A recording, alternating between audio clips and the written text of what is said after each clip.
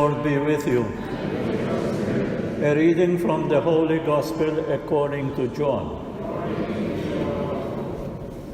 When Judas had gone, Jesus said, "Now has the Son of Man been glorified, and in him God has been glorified.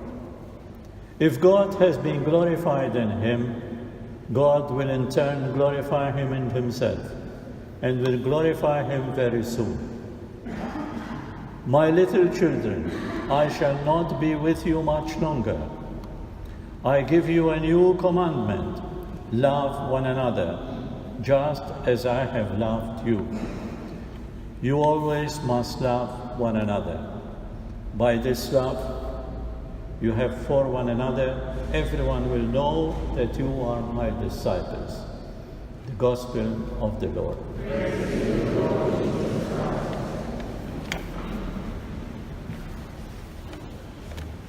The early Christians that lived and tried to live this commandment of love were known by the pagans as the people who loved one another. What a nice nickname, I would say. The characteristic of the early Christians was that they loved one another. That's how they were known by everybody else who did not believe. Who are the Christians? The Christians are the ones who love each other, who forgive each other, who are compassionate with each other. What a beautiful characteristic to have, and to have an aim for it. Did it remain so through these 2,000 years? I don't know. It's a question mark. But today, God is reminding us, the Word of God is reminding us of this only one commandment that Jesus has given us. The Jews had over 600 commandments to obey, and they still have in their religion. Over 600 commandments and laws to obey. Jesus said, he did not put off these and say they are not relevant or they are not good or don't obey them. No, he didn't say that.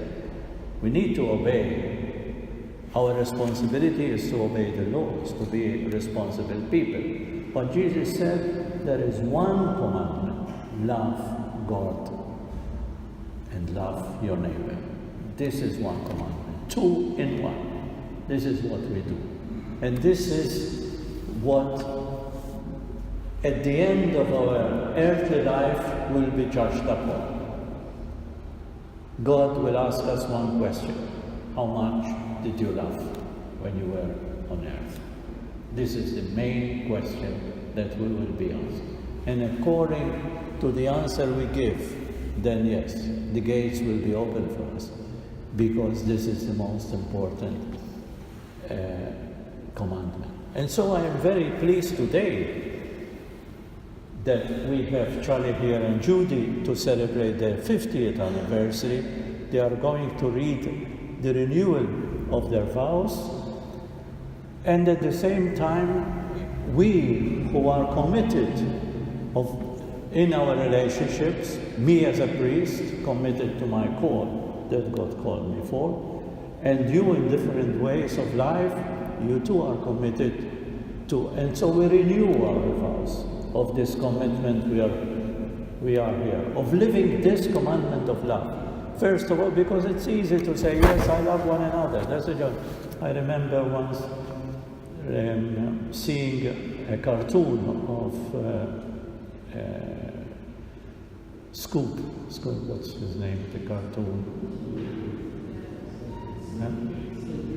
Peanuts, that's right, Peanuts. He said, yes, I love one another, but I hate my wife or my husband or my relative. I love the world, I love the whole world, but I don't love the one who is next to me.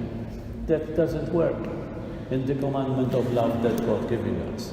We need, first of all, to love the persons whom we live in, and respect them and love them. And then, yes, we can say we love the whole world. Now from the screens, let's recite this prayer.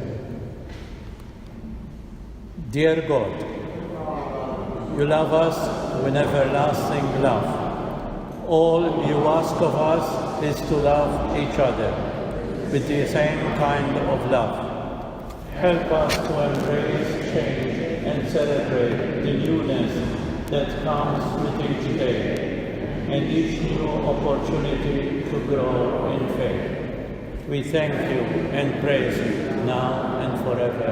Amen. Will you please now stand up? I believe in God the Father,